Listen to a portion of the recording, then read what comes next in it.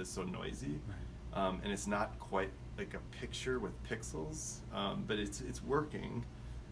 There's some camps that say it's going to revolutionize biology, and then there's the other camps that say it's still machine learning, but it's different type. It's like Markovian models versus neural network kind of stuff, convolutional networks. But what's Markovian model? Oh, sorry, that means there was a logical prior. So like the weather is a good Markovian example. If it rained today, if you live in Seattle, chances are it's going to rain tomorrow, the next day. The next day. So it's not really an informative chain of saying if it rained Tuesday, will it rain Wednesday? That's what Markov does. It says, here's my current state, and this is what it was like the days before. So in Boulder, if it rained for 5 days in a row, on that 6th day, the Markov model would say, there's no way it's raining tomorrow. Like, that's just not typical. So it says, if this, and this, then that. Machine learning, the best example of this was its first application was the internet.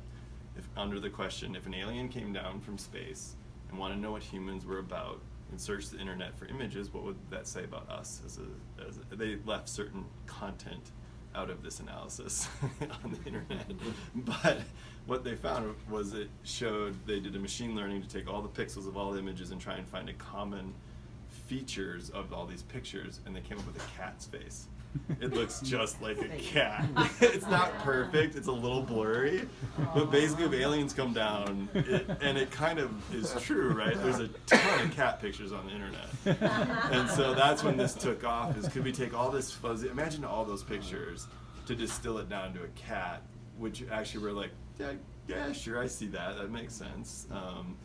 And it wasn't like a blurry blush of nothing.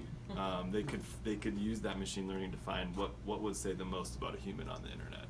And so now the idea is, can we use all this mega data that you're talking about to get down to like, what is it that biological alien is telling us? And so with RNA, one of the craziest aliens. It takes on different shapes and forms. It's like Scooby-Doo when it keeps taking off its mask and showing different faces. Every time we peel deeper, that's where machine learning's been a lot harder, because there's no prior principles to learn very well from. So that's where we're using experiments that used to be done here with one test, where you would test an RNA with, let's say, a protein. We're now doing that 100,000 times at once in one cell. So we're basically doing the exact same experiments that have been established and developed here for ages and are venerated and prestigious. The RNA gods all live on this floor, basically. And then now adding genomics to it to do it 100,000 times faster. Wow. Should we use CRISPR? Yep.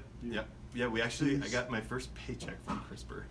Can we see, I mean, I don't know what CRISPR looks like. Oh, you can't see it.